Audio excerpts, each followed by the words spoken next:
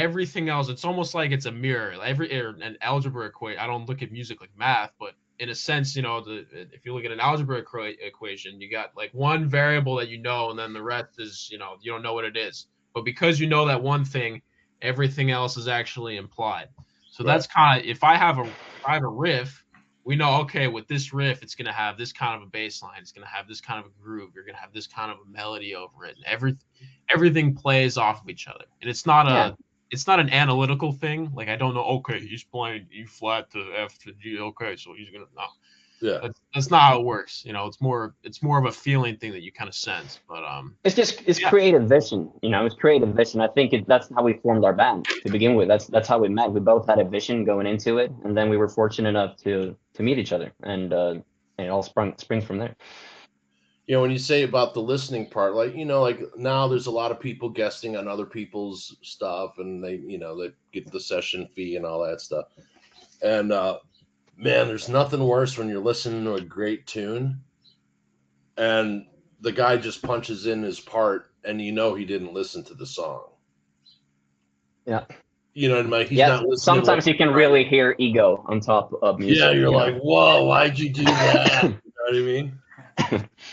Yeah, I get that sometimes with especially with blues. It might be a really like slow blues track, and like, oh man, this is so nice, and then that band or whatever has a guitar player who's obviously not very blues influenced or whatever, and just goes off on like Shredville, and there's Yeah. no sense of stops or respect or anything in there. It's just you know, and that you happens can a lot with absolutely vocalists shed too. stops and respects to the music though. But there's a difference. Absolutely, There's a difference. You have to do it with the music. You can't do it yeah. over the music. That's the Dude, some of the best blues musicians are some of the best shredders in the world. Oh, absolutely. Absolutely. Like Walter Trout, even Bonamassa can shred. And oh, then, Oh, I he's always great. pull up Dave Manichetti, who I think is the perfect mixture between blues and heavy metal. And I'll even say Gary Moore on that one too. Oh, Gary Moore's fantastic. Mhm.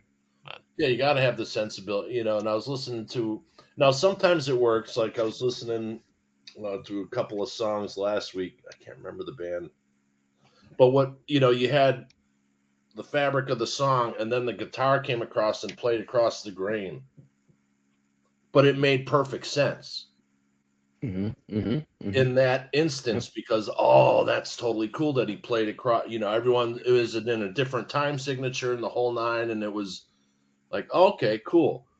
You if know, you, if Mhm. you're if you're listening to the band, that doesn't mean that you can't do something completely different. It's right? just, Yeah. it has to work with it. It Yeah, can you can common do all tone. kinds. It's music, man. You can do whatever the fuck you want.